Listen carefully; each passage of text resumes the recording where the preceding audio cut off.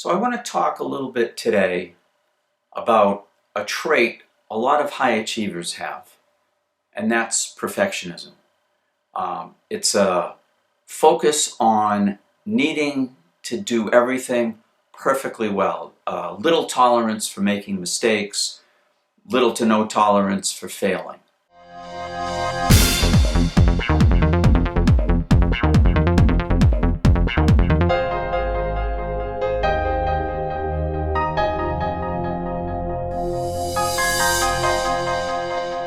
Perfectionism is a double-edged sword.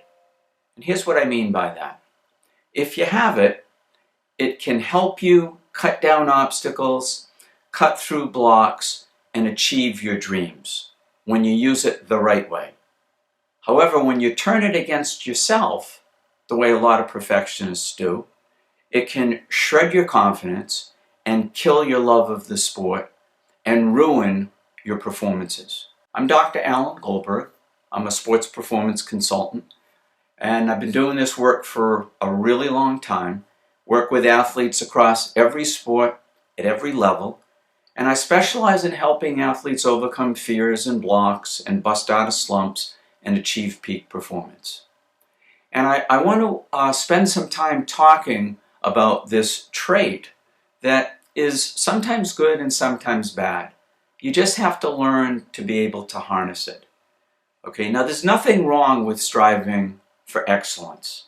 There's nothing wrong with trying to be perfect. There's a whole lot wrong with expecting it. And when you don't get there, turning on yourself and beating yourself up, which is one of the things perfectionists are really good at. And the other thing perfectionists are incredibly good at is catching themselves doing things wrong. Even when they haven't really done anything wrong, when they're getting positive feedback from parents and coaches, they'll take their magnifying glass out or their microscope and they'll find out everything they did that was awful. See, perfectionists aren't really good at catching themselves doing things right.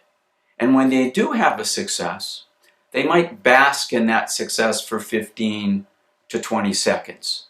And then they're off focusing on all the things they did wrong or they imagine they did wrong. You know the story. You get a 95 on a test and you're really ticked off because of those 5 points that you missed. So here's the problem with that attitude. When you over-focus on all the mistakes or the failures that you've made, when you refuse to pat yourself on the back and give yourself the glory you deserve for having a good performance, what that does is it erodes your confidence. And over time, it will kill your motivation and eventually kill the joy that you have in your sport.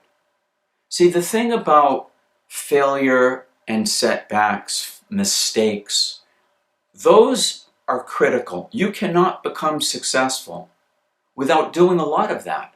I mean, my feeling is failure and mistakes are the perfect stepping stones to success. You look at any successful athlete, and their successes are always built on a solid foundation of failure. So you can't get down on yourself when you mess up. You can't get down on yourself when you fail. That's part of sports. What you want to do instead is you want to learn to use your setbacks and your failures and your mistakes as the critical and important feedback that it is. Because when you have a failure, when you screw up, within the angst and the unhappiness of that screwing up are the secrets to you becoming better. Because every time we fail, there's important information in that failure. What we did wrong, what we did that didn't work, what we need to do differently next time.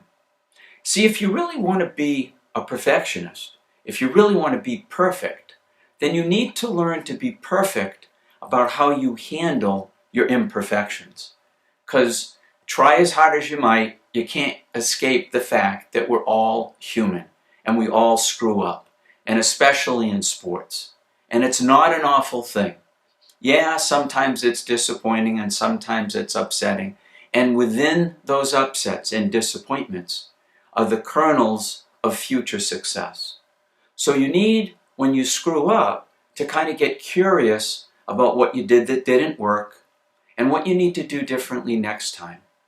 And you need to strive for excellence. Every elite athlete does that. But when you don't reach perfection, you don't want to beat yourself up. You want to be kind, you want to be forgiving, you want to keep working hard, and you want to try to figure out why you messed up. What did you do wrong? And you want to spend time really looking for the feedback that's going to help you get to be even better than you are right now.